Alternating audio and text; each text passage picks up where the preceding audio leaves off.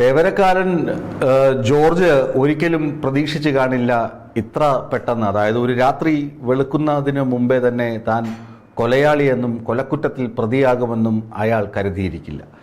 എന്താണ് ശരിക്ക് നടന്നതെന്ന് ചോദിച്ചാൽ പല പോലീസുകാർക്കും ഇത് എങ്ങനെ പറഞ്ഞ് അവതരിപ്പിക്കുമെന്ന് വ്യക്തതയുമില്ല. ഇന്ന് രാവിലെ 6:30 ഈ ജോർജിൻ്റെ വീടിന് മുന്നിൽ അർദ്ധനഗ്നയായ നിലയിൽ ഒരു മൃതദേഹം ചാക്കിൽ കെട്ടിയ നിലയിൽ കാണപ്പെടുന്നത്. ചാക്കിൽ കെട്ടിയ പകുതി ബോഡി ചാക്കിന് പുറത്താണ്, പകുതി ചാക്കിന് ഉള്ളിലും.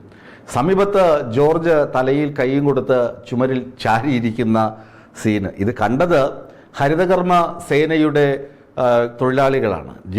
ആ തൊഴിലാളികൾ പതിവ് പോലെ വീടുകളിൽ നിന്ന് പ്ലാസ്റ്റിക് മാലിന്യം ശേഖരിക്കാൻ വരുമ്പോൾ ഇടവഴിയിൽ ഇങ്ങനെ ജോർജ് തലയ്ക്ക് കൈയും കൊടുത്തിരിക്കുന്നു. സമീപത്തൊരു ചാക്കുകെട്ടിൽ ഒരു സ്ത്രീയുടെ അർദ്ധനഗ്ന ശരീരം. അവർ ഉടനെ തന്നെ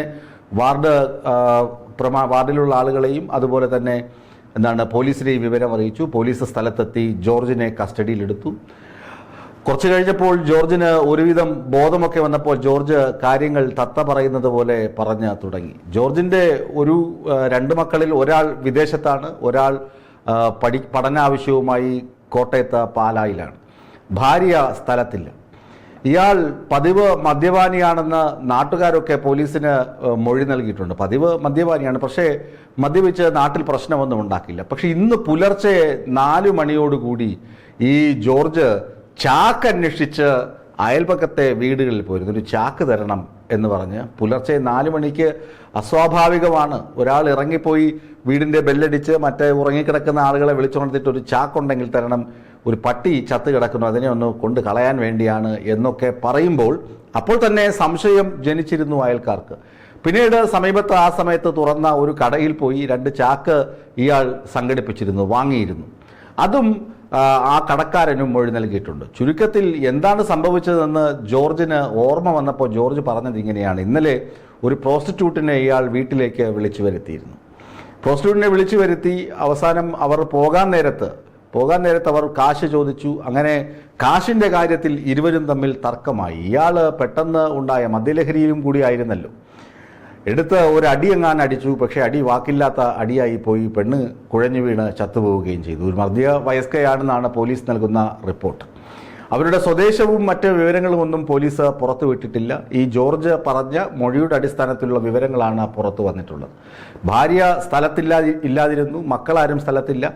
അപ്പോൾ ഇയാളും ഭാര്യയും തമ്മിൽ ഇനി എന്തെങ്കിലും കുടുംബ പ്രശ്നം നിലവിലുണ്ടായിരുന്നു. ഇയാൾ പതിവായി മദ്യപിച്ചിട്ട് ഇങ്ങനെ ഈ പ്രോസ്റ്റിറ്റ്യൂട്ടിനെ, അതായത് വേശ്യാവൃത്തി ചെയ്യുന്ന സ്ത്രീകളെയൊക്കെ വീട്ടിലേക്ക് വിളിച്ചു വരുത്താറുണ്ടായിരുന്നു എന്നൊക്കെ ഇനി അയൽപക്കത്തെ ആളുകൾ മൊഴി നൽകണം. ഏതായാലും ജോർജ് മദ്യപൻ ആണ് എന്ന് എല്ലാവർക്കും അറിയാം. പക്ഷേ മദ്യപിച്ച് മറ്റ് വഴക്കുകളോ പ്രശ്നങ്ങളോ ഉണ്ടാക്കുന്ന ആളല്ല. മക്കളെയൊക്കെ നല്ല നിലയിൽ പഠിപ്പിച്ച് അയച്ചിട്ടുണ്ട്. പഠിപ്പിക്കുന്ന വ്യക്തിയാണ്. ഇദ്ദേഹം ഹോം നേഴ്സ് കൂടിയാണ്.